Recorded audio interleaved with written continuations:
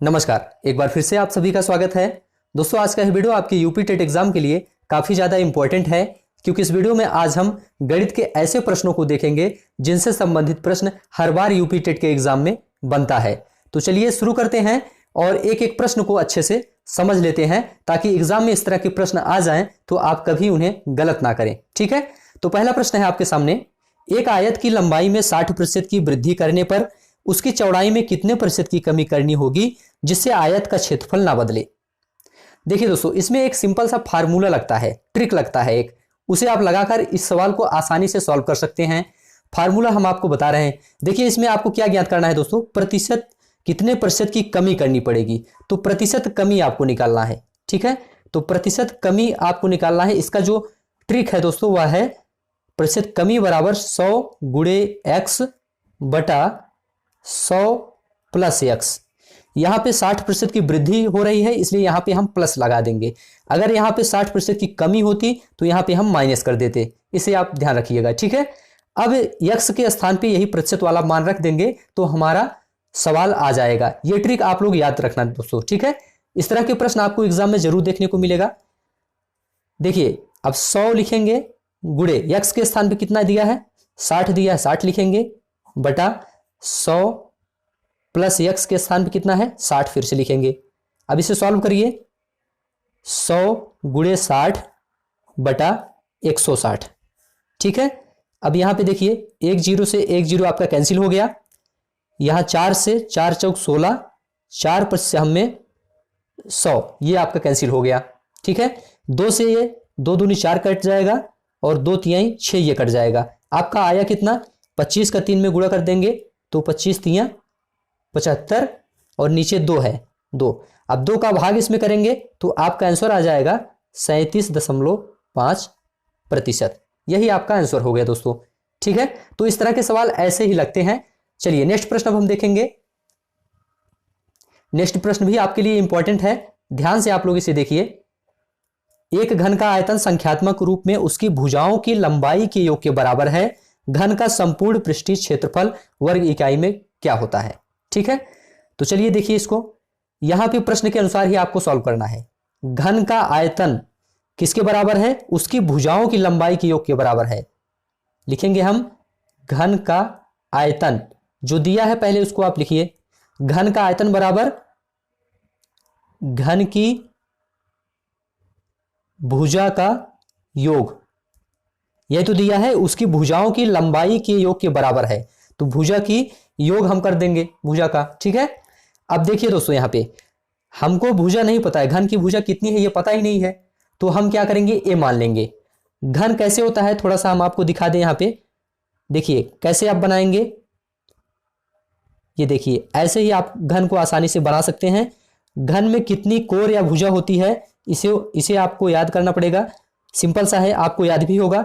देखिए कितनी कोर होती है इसमें दोस्तों, अगर आप गिनेंगे 1 2 3 4 ऐसे गिनेंगे तो कुल 12 होगी। कितनी होगी, 12।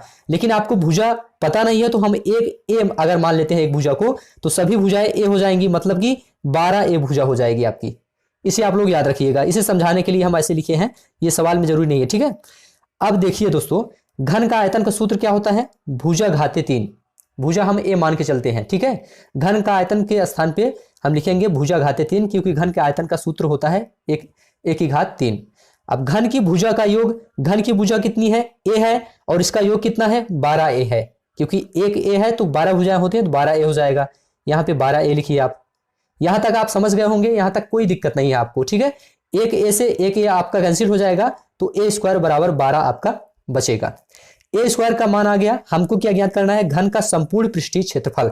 तो घन का संपूर्ण पृष्ठीय क्षेत्रफल बराबर क्या होता है, 6a का स्क्वायर, संपूर्ण पृष्ठीय क्षेत्रफल घन का। ठीक है, संपूर्ण पृष्ठीय क्षेत्रफल बराबर होता है 6a का स्क्वायर।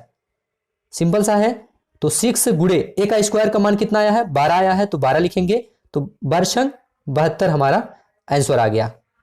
तो देखिए दोस्तों, इस तरह के सवाल ऐसे ही लगते हैं, इसको आप प्रश्न के माध्यम से आसानी से सॉल्व कर सकते हैं। नेक्स्ट अब देखेंगे, सभी प्रश्न यहां पे इंपॉर्टेंट हैं। इस तरह के प्रश्न दोस्तों हर बार यूपी टेट के एग्जाम में जरूर पूछे जाते हैं। 2018 में अमित का वेतन 1,26,500 रुपए है। वर्ष 2016 से उसका वेतन प्रति वर्ष क्रमशः 10% व 15% बढ़कर 2018 के वेतन तक पहुंच गया। वर्ष 2016 में उसका वेतन कितना था आपको बताना है। तो वर्ष 2016 में वेतन हमें नहीं पता है कितना था, तो हम क्या करेंगे, यक्स मान लेंगे। 2016 में कितना वेतन है, यक्स मान लेते हैं। ठीक है, कह रहा है कि 2016 से उसका वेतन 10% फिर 15% बढ़ा है और 2018 के बराबर हो गया, मतलब इसके बराबर हो गया है। तो क्या करेंगे, यक्स अगर हम माने हैं 2016 में, तो इसमें पहले 10% की वृद्धि करेंगे। 10% की वृद्धि दोस्तों 100 में होगी तो 110 हो जाएगा। 110 बटा 100 इसे हम लिख सकते हैं, गुणे फिर 15% की वृद्धि हो रही है तो 115 लिखेंगे बटा 100। उसके बाद कह रहा है कि अब बढ़कर 2018 के वेतन तक पहुंच गया है और 2018 में हमारा वेतन कितना था, 1,26,000 बराबर 1,26,500 के बराबर सवाल में दिया है। अब यहां से आप सवाल हल कर सकते हैं। यक्स का मान आपको निकालना है, पक्षांतर करेंगे, 1,26,500 ऐसे लिखेंगे। ये दोनों 100 यहां नीचे है, पक्षांतर होके यहां पे ऊपर हो जाएगा गुणा आके। ठीक है, आके गुणा हो जाएगा बटा ये जो ऊपर है 110 115 ये आपका नीचे हो जाएगा। ठीक है, इसको आप सॉल्व करिए। देखिए कैसे सॉल्व करेंगे इसको, 1 0 से 1 0 आपका कैंसिल हो गया। यहां 11 से ये आपका कैंसिल होगा, 11 51 11 1 12 16 बन गया, फिर 11 51 11 5 16 55 बन गया, 11 25 55 इतना आ गया। अब 115 से कट जाएगा, 115 51 115 यहां पे 100 आ गया। ठीक है, और x बराबर क्या हो जाएगा, अब इस 100 का इस 10 में और 100 में गुणा कर लेंगे। 2 0 यहां पे है, 1 0 यहां 3 हो गया, 3 2 5 मतलब 1 लिखकर 5 0 आप लिख दीजिए तो आपका आंसर यही हो गया। ठीक है, 1 लाख आपका आंसर आ गया। तो इस प्रकार के सवाल दोस्तों ऐसे ही लगते हैं।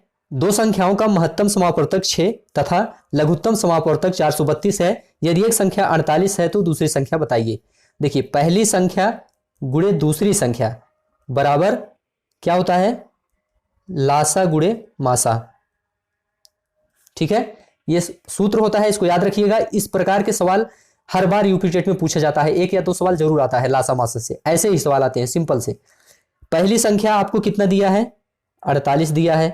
दूसरी संख्या ज्ञात करना है, दूसरी संख्या ऐसे ही लिख देंगे बराबर लासा कितना दिया है, 432 दिया है। मासा कितना दिया है, गुणा लगाएंगे 6 दिया है, 6 लिखेंगे। तो दूसरी संख्या बराबर क्या हो जाएगी, पक्षांतर करेंगे 432 गुणे 6 ऐसे ही रहेगा, ये 48 यहाँ पे नीचे आ जाएगा और 6 का भाग इस 48 में चला जाएगा, 6 8 48 और 8 का भाग इसमें जाएगा, 8 पंचे 40 3 43 32 8 चौक 32 आपका 54 आंसर आ गया। ठीक है, ये तीसरा विकल्प इसमें सही है। तो इस प्रकार के सवाल आपको एग्जाम में जरूर देखने को मिलेगा। वीडियो दोस्तों अच्छा लग रहा हो तो चैनल को अभी सब्सक्राइब करिए, दोस्तों में से शेयर करिए, कमेंट में बताइए कि यह वीडियो आपके लिए उपयोगी है या नहीं। ठीक है, कैसा लग रहा है जरूर बताइए। नेक्स्ट देखेंगे अब,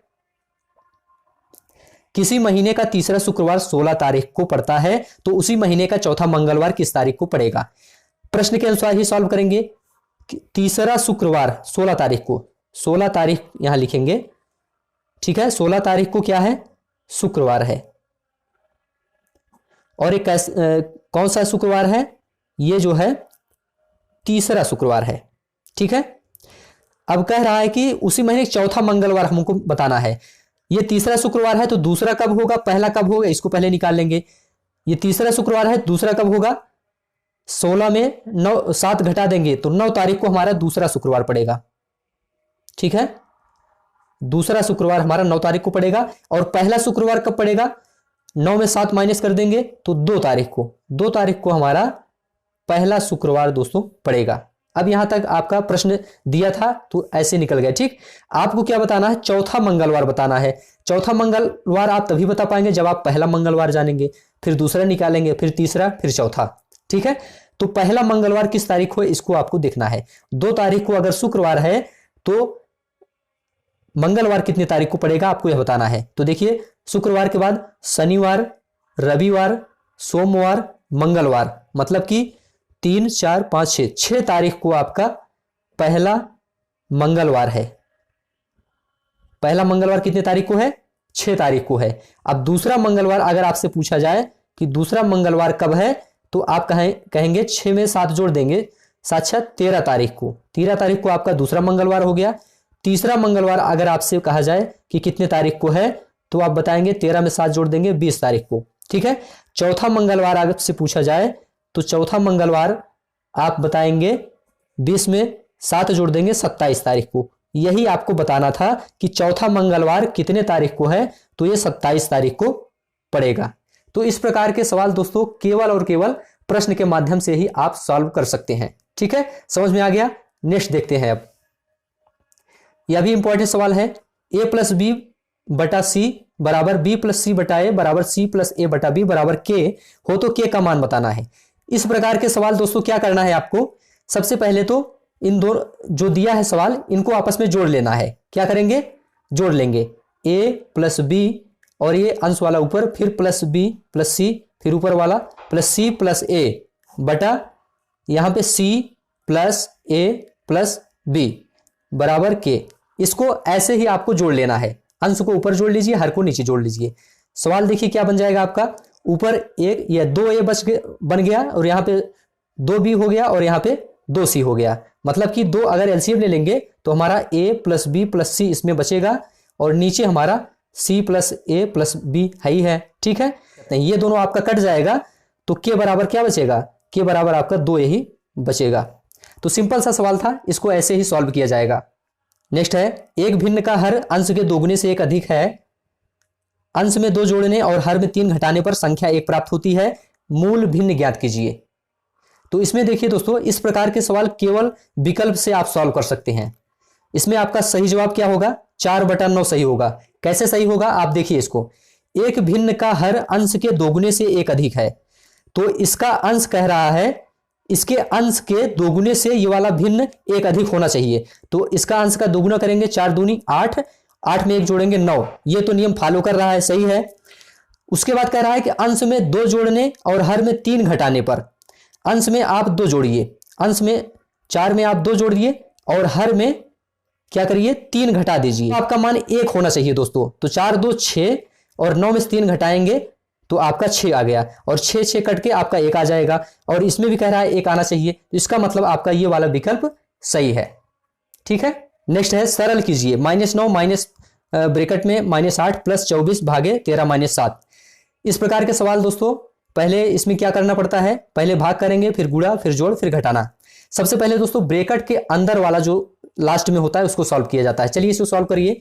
पहले -9 लिखेंगे, फिर माइनस लगाएंगे, ब्रैकेट लगाएंगे, फिर -8 लिखेंगे, फिर प्लस यहाँ पे फिर 24 है, फिर भाग का निशान लगाएंगे। 13 में से 7 घटाएंगे, कितना हो जाएगा, 6 आ जाएगा। 6 आप लिख लीजिए। फिर इसके बाद 9 लिखिए माइनस, फिर -8 ऐसे उतारिए, प्लस 6 का 24 में भाग, 6 चौक 24, इसके स्थान पे 4 आ जाएगा। ठीक है, यहां तक क्लियर। फिर -9, फिर माइनस लगाएंगे, -8 में 4 घटाएंगे तो कितना आ जाएगा आपका आ जाएगा -4। ठीक है, अब देखिए -9 और ये माइनस माइनस क्या हो जाएगा, प्लस हो जाएगा, +4 बराबर क्या हो जाएगा, -9 में 4 माइनस करेंगे तो आपका -5 आ जाएगा आंसर। ठीक है, तो इस प्रकार सवाल ऐसे ही लगते हैं। इस प्रकार के एक सवाल जरूर आपको देखने को मिलेगा। नेक्स्ट है, यदि मासा बराबर 4 है, लासा बराबर 24 हो तो ए का मान बताना है। देखिए दोस्तों, पहली संख्या गुणे दूसरी संख्या बराबर मासा गुणे लासा या लासा गुणे मासा आप कर सकते हैं। ठीक है, ये सूत्र से एक सवाल लगाए थे भी, इसी पर इसको लगाएंगे हम। देखिए मासा आपको 4 दिया है और लासा आपको 24 दिया है। पहली संख्या दूसरी संख्या नहीं पता है। इसमें आप देखिए a और 8 इसमें भी है, a और 8 इसमें भी है। इसका मतलब पहली संख्या के स्थान पे हम a लिख सकते हैं, दूसरी संख्या के स्थान पे हम 8 लिख सकते हैं। ठीक है, चलिए इसको लिखिए। पहली संख्या आपकी क्या है, a का मान आपको ज्ञात भी करना है। यहाँ पे देखिए, ठीक, पहली संख्या a है, a लिखेंगे, गुणे दूसरी संख्या यहाँ पे 8 है, 8 लिखेंगे, मासा आपका 4 है, 4 लिखेंगे, और लासा आपका 24 है, 24 लिखेंगे। तो a बराबर आपका हो जाएगा दोस्तों 4 गुणे 24 बटा ये 8 यहाँ पे गुणा है, यहाँ पे भाग हो जाएगा, 8 तिरिक 24 कट गया, 4 तिहाई 12 आपका आंसर आ गया। सिंपल सा सवाल था दोस्तों, ऐसे ही लगेगा। ठीक है, चलिए एक और लास्ट प्रश्न है, इसको देख लेते हैं। एक कमरे की लंबाई 10% घटाई गई, चौड़ाई 20% घटाई गई, जबकि ऊंचाई 5% बढ़ाई गई। इस प्रकार कमरे के आयतन में कितने प्रतिशत का परिवर्तन हुआ आपको यह बताना है। सिंपल सा सवाल है। आपको एक सूत्र पता होगा दोस्तों कि x plus Y plus X Y बटा 100, या ऐसे भी एक सूत्र होता है कि minus X plus Y minus X Y बटा 100। ये सूत्र आप जानते होंगे, लेकिन आपको पता है ये सूत्र जो है 2 अंकों वाले, मतलब कि 2 बार प्रतिशत दिया रहता है तब लगता है, यहाँ तो 3 बार दिया है, तो इसमें भी वही सूत्र लगेगा। कैसे लगेगा? पहले ये दोनों जो है हम सॉल्व करेंगे, जो मान आएगा फिर उसको और इसको सॉल्व करेंगे। चलिए इसको सॉल्व करिए। कह रहा है कि पहले 10% घटाई गई तो -10 लिखेंगे, फिर कह रहा है कि चौड़ाई 20% घटाई गई, फिर -20 लिखेंगे। उसके बाद क्या लिखेंगे? माइनस माइनस क्या हो जाएगा? प्लस 10 गुणे 20 लिख देंगे बटा 100। ये कौन सा फार्मूला बना आपका? -x minus Y plus X Y बटा 100, यही वाला फार्मूला बन गया। 1 0 से 1 0, 1 0 से 1 0 कैंसिल हो गया। 20 10 30, -30 है और 2 माइनस हो जाएगा इसमें, तो माइनस क्या हो जाएगा? 28 आ जाएगा, -28 आ गया। अब दोस्तों ये -28 और 5%, इसको सॉल्व करेंगे। क्या करेंगे? लिखें पहले -28 लिखेंगे, फिर 5% बढ़ाएगी तो +5 लिखेंगे, फिर माइनस और प्लस का गुणा माइनस, फिर 28 गुणे 5 लिखेंगे बटा 100। ठीक है, इसको सॉल्व करिए।